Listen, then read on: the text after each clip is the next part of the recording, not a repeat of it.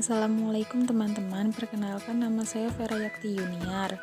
Di sini saya akan membahas mengenai besaran pokok. Nah, apakah di sini teman-teman sudah tahu apa itu besaran pokok? Kalau misal belum tahu, nah mari kita lihat pembahasannya. Cekidot.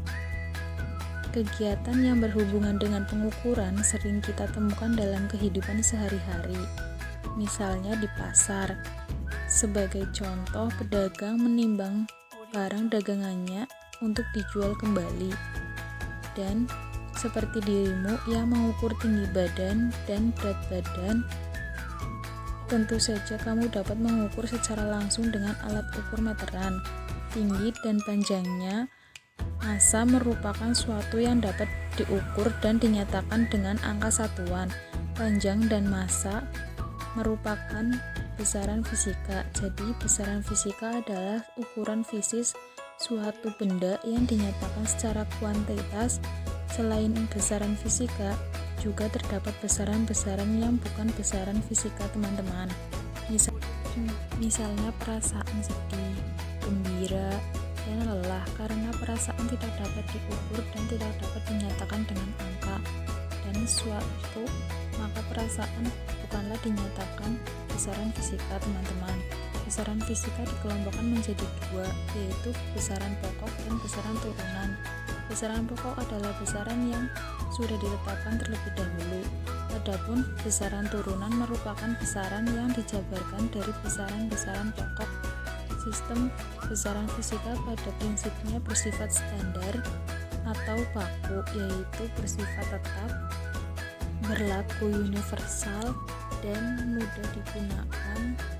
Sistem satuan standar ditetapkan pada tahun 1960 di Service Francis.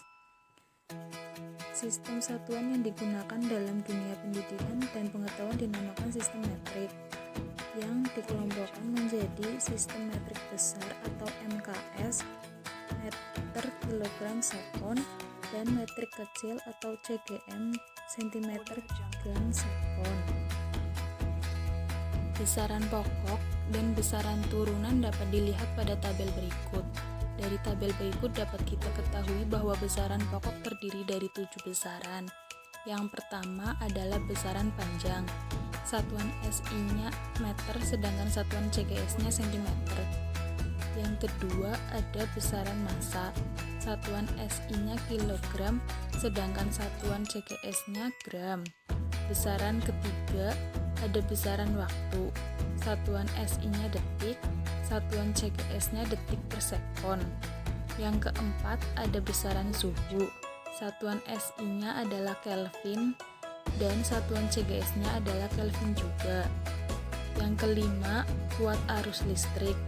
Satuan SI-nya ampere dan satuan CGS-nya adalah stat ampere.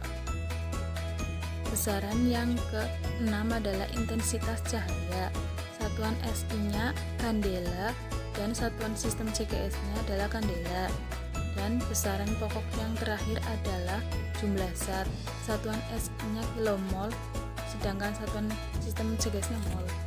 Baik teman-teman, pembahasan hari ini dicukupkan ya teman-teman. Untuk pembahasan selanjutnya kita akan membahas mengenai besaran turunan. Nah, untuk tugasnya silakan teman-teman nanti mencoba ukur benda-benda yang ada di sekitar teman-teman dengan menggunakan penggaris dengan satuan cm, kemudian dibuat tabel ya teman-teman. Nah, mungkin dicukupkan ya teman-teman. Sehat selalu.